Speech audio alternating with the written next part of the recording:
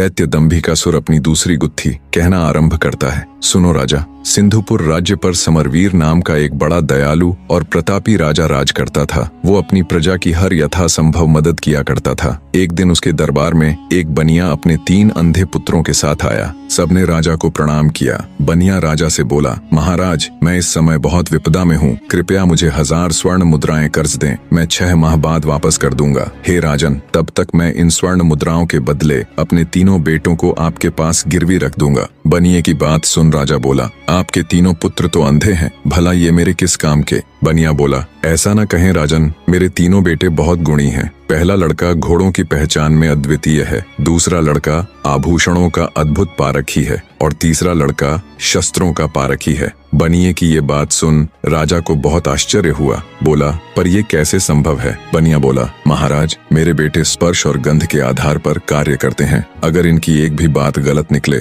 तो आप इनकी गर्दनें उड़ा देना और मेरे आने पर मुझे भी दंड देना। बनिए की बात से राजा समरवीर सहमत हो जाता है। उसने बनिए की मांग के अनुसार उसको 1000 स्वर्ण मुद्राएं दे दी। राजा ने उन 3 लड़कों के खान पान तथा रहने की उचित व्यवस्था कर दी। समय बीतने लगा। एक दिन एक घोड़ों का व्यापारी राजा के पास आया। उसने एक बड़ा सुंदर घोड़ा राजा को दिखाया। घोड़े की सुंदरता और उसकी कद काठी देखकर राजा का मन ललचा गया। वे उसे खरीदने को तैयार हो गए। घोड़े का व्यापारी बोला, महाराज, एकदम काबुली घोड़ा है, बड़ी मेहनत से आपके पास लाया हूँ, इसलिए इसके दाम थोड़े ऊंचे हैं अन्नदाता। घोड़े पर आसक्त राजा ऊंचे दामों पर भी उसे खरीदने के लिए तैयार हो गया। पर फिर अचानक राजा को बनिए के अंधे लड़के का स्मरण आया। बनिया कह रहा था, उसके लड़के को घोड़ों की अद्वितीय पहचान है, क्यों न उसे भी परख लिया जाए। राजा ने तुरंत हुक्म दिया, जाओ बनिए के बड़े पुत्र को बुला कर लाओ। तुरंत उसको पेश किया गया। राजा बोला, इस घोड़े को देखकर बताओ ये कैसा है? जो आज्ञा महाराज कह। बनिए का पुत्र टटोलकर घोड़े के पास गया